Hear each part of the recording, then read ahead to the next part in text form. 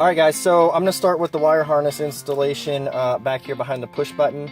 The harness that you're going to unplug from the back of this plugs up from the bottom. So when you unclip it, you're going to pull it straight down.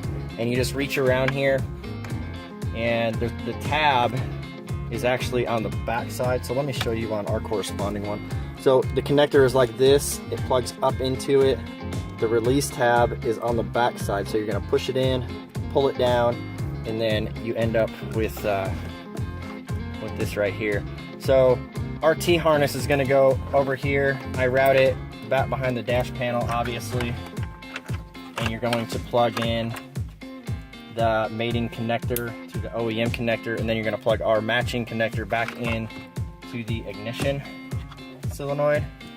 And then we're going to come over here to the left and install the OBD2 connector and the program the module. Alright, so the harness is just kind of hanging over here. One thing I'm going to note is when you route it back over here, this is going to be our home run area right here where we're going to mount the module and make all of our final connections. So there's a metal brace right here and there's another one over here. When you route the harness from the push button start, make sure you go around the metal brace, so when you put the dash panel back on, you're not going to pinch any of the wiring. Alright, so once you got the harness routed over here, our next connection is going to be the OBD2.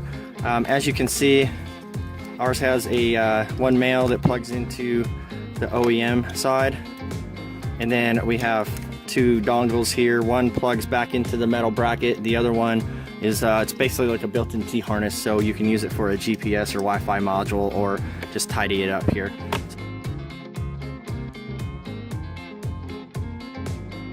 So for the parking light connection, you're going to use the connector that plugs into the back of that headlight switch that's in the dash panel that you drop down.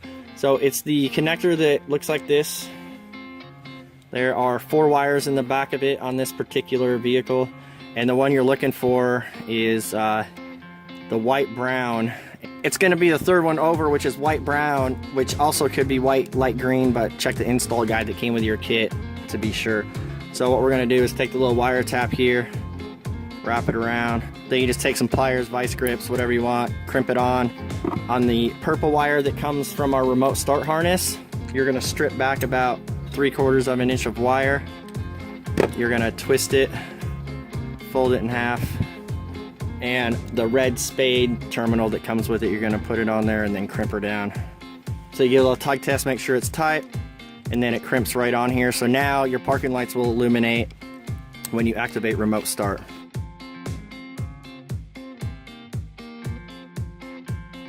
So now we're to the point of programming the module, and how we do this is the red connector, you're going to plug it in. You're going to push and hold the button that's on the side of the module here and plug the blue connector in. This light's going to turn orange, and when it does, go ahead and let go of the button, and then it's going to turn solid red. Okay, so at this point, if you have a tip start vehicle, you're going to put the key in the ignition, turn it on, the light will blink green, then you're going to turn the key off, take it out, put it back in, turn it on, and it's going to start flashing orange. At that point, you will unplug the module and send it back to us for the stage 2 programming. If you're going to operate your vehicle while the module is away, you're going to have to plug the factory connector back into the back of the push button over here in order to drive it. So, alright, so on the push button start vehicles, this one's actually a loaner from the dealership that we hijacked. I can't really tell you why, but it already has OEM remote start, so we're just using it as a video reference. You're going to pull the key out, so on the back, obviously you pull the key shank out, and then we're going to take the battery out, which I use this. Just pop the key open, and then all we got to do is just pull the battery out of it. So that's your battery, and just leave it hang. So this little ring right here, that's the transponder portion of the key. And to finish programming the module, you have to, let me see if I can get this over here. There we go. You're going to use the tip of this key with the metal coil on it. The battery's just going to hang, so you're going to push it on the button. You're going to use this to push it, and then watch the light here.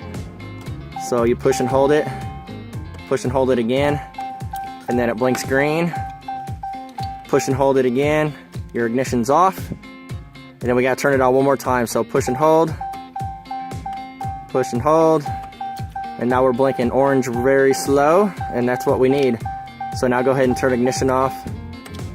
Unplug the module. It doesn't matter which way you do it. So unplug the blue, unplug the red, and then send it back to us for the stage 2 programming.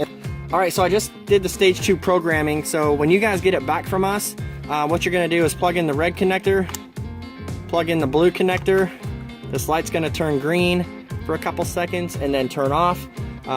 Keep in mind, you will have to reconnect the black connector or the plug behind the push button start that you unplugged prior to sending us the module. So the next plug that we have is this little black connector with one wire on it, and what that does is it goes to our disable toggle switch. This is probably opposite of what you think it would be. On means the disable feature is on and the remote start will not work. So make sure this is in the off position. That means everything will function as normal from the key fob when you push the lock button 3 times. So let me jump out of the car with the key fob real quick and I'll show you how this works.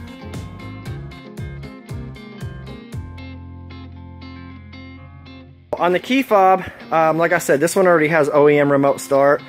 Because this was a loaner for one of our employees from the dealership, but since it's here, we use the opportunity to use it as a video. So on this kit, you're gonna hit lock button 3 times. So you hit 1, 2, 3. Your parking lights will flash to indicate that it received the command, and you're gonna give it a few seconds for everything to power up, and then she starts up. So I'm gonna hit the unlock button right now because the vehicle is locked. So you hit unlock, the door's unlocked, so I'm gonna get in. And as you can see, everything is on the floor there still. So when you get in, it's already in the run position.